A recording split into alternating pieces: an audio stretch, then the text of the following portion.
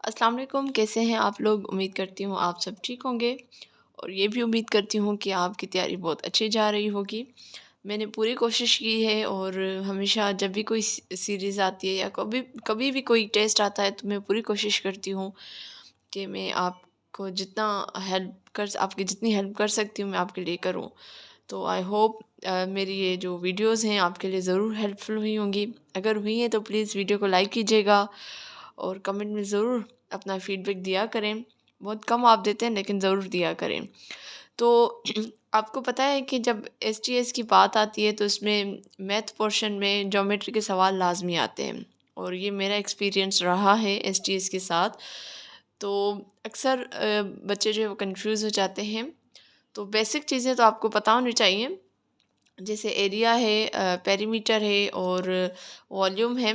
और ये सिर्फ ना कि 2-3 शेप्स का नहीं बल्कि 5-6 शेप्स का आप अपने जहन में बिठा लें।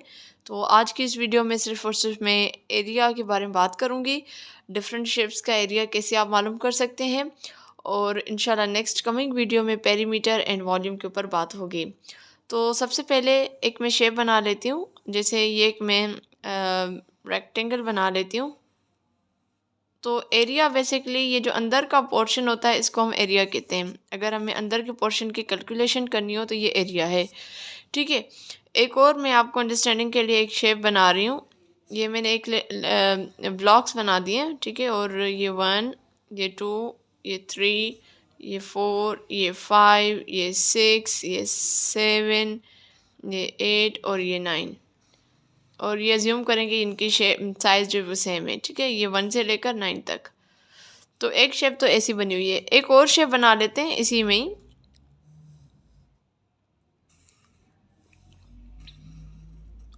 ठीक है जी, और इनको हम इस तरीके से कर लेते हैं और ये भी अज्यूम करें कि ये एक जैसे ही एक जितने ही हैं, यानी 1 2 3 4 5 6 7 8 9।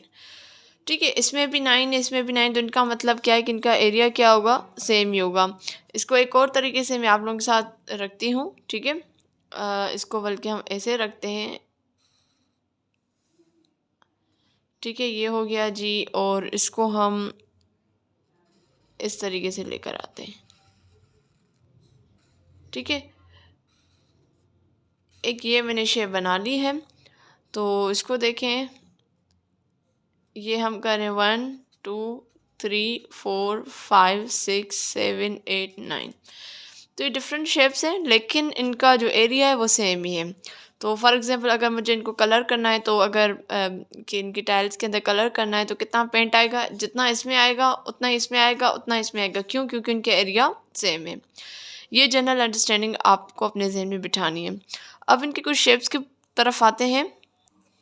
सबसे पहला शेप जो हम डिस्कस करेंगे वो है जी एरिया ऑफ रेक्टेंगल, जो मैंने स्टार्टिंग में ही एक पिक्चर बना दी थी, ठीक है। रेक्टेंगल में ये होता है कि एक साइड आपकी बड़ी होती है और एक साइड आपकी छोटी होती है, यानी ये साइड आपस में इक्वल होंगे और ये साइड आपस में इक्वल होंगे, ठीक है।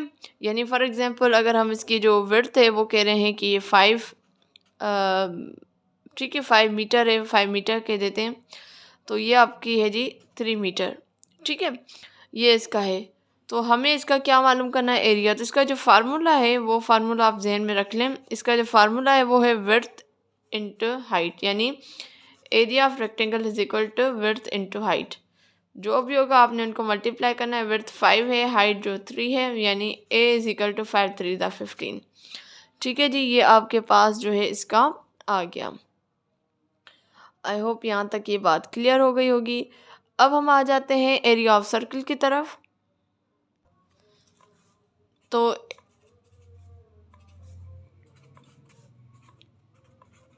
एरिया ऑफ सर्कल की तरफ आ जाते हैं। तो ये मैंने एक सर्कल बनाया और ये इसका जो सेंटर पॉइंट है और यहाँ से यहाँ तक इसको हम क्या कहते हैं, रेडियस कहते हैं, ठीक है। अब एरिया ऑफ सर्कल का जो फार्मूला है वो है A is equal to pi R square, यानी पाई आर स्क्वायर, यानी पाई और रेडियस जो है वो आपस में मल्टीप्लाई हो रहे हैं और आर जो है वो स्क्वायर फॉर्म में है।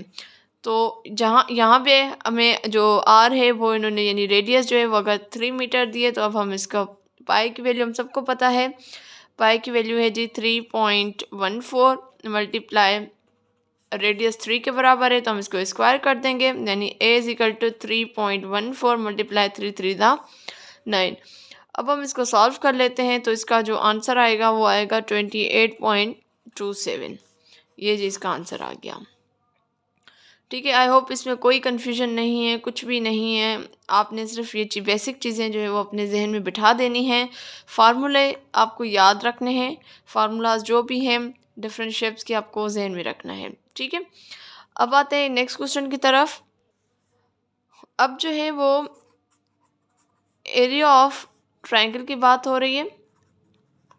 ठीक है, तो हम राइट एंगल ट्रायंगल बना लेते हैं, यानी राइट एंगल ट्रायंगल मतलब जिसमें जो एक एंगल होती है वो 90 डिग्री की होती है। तो ये इसकी हाइट है और ये इसकी जो है वो बेस है। तो ये हाइट जो है वो 12 मीटर कर लेते हैं और ये जो इसकी बेस है ये 20 मीटर कर लेते हैं। अब एरिया ऑफ रेक्टेंगल का जो फार्मूला है वो मैं यहाँ लिख देती हूँ, which is A is equal to 1/2 base into height. ठीक है, अब फार्मूला अब वैल्यूज़ पुट करते हैं। ये 1/2 वैसे ही रहेगा। बेस किसके बराबर है 20 के, तो हम 20 कर देंगे, और हाइट किसके बराबर है 12 के, तो 12 कर देंगे। यहाँ पे हम फार्मूला इसको सॉल्व करते हैं, यानी 2 1 ज़ा 2, 2 6 ज़ा 12, तो इसको हम मल्टीप्लाई करेंगे, यानी 20 को 6 के साथ मल्टीप्लाई करेंगे तो 0 का 0, 6 2 ज़ा 12, तो 120 जो है वो आपके पास ईजली आपके पास आंसर आ गया किसका, ट्रायंगल का। अच्छा, एक सिचुएशनल हिसाब से जो है एक अक्सर ये आता है सवाल कि एक बंदा है और वो ग्रास की कटिंग कर रहा है, और ये जो गार्डन है उसकी शेप इस तरीके से है, और वो कट कर रहा है, यानी जो पैसे वो अर्न कर रहा है वो ले रहा है, यानी $0.10 पर मीटर के हिसाब से। ठीक है, तो बताएं कि इस एरिया को कटिंग करते हुए वो कितना अर्न कर रहा है। ठीक है, तो हम इसको कुछ लेंथ वगैरह दे देते हैं मीटर्स। ठीक है, तो ये 20 मीटर है इसका ये वाली साइड, और यहाँ से यहाँ तक जो है इसका है जी 20 मीटर, और यहाँ से यहाँ तक जो लेंथ है वो है जी 14 मीटर। अब इस सिचुएशन में हम क्या करेंगे, जब भी इस सिचुएशन में हो तो आपने इस शेप को डिवाइड कर देना है जितने हिस्सों में हो सकता है। अब मैं इसको इस हिस्से में कर रही हूँ 2 हिस्सों में। ठीक है, ये 2 शेप्स अब हमारे पास बन गई।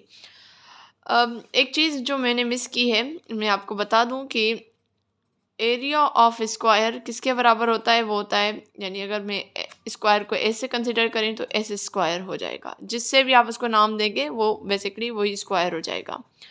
तो अब हमारे पास ये शेप ए बन गई, एक शेप बी बन गई। जो शेप ए है वो स्क्वायर है और शेप बी एक रेक्टेंगल है।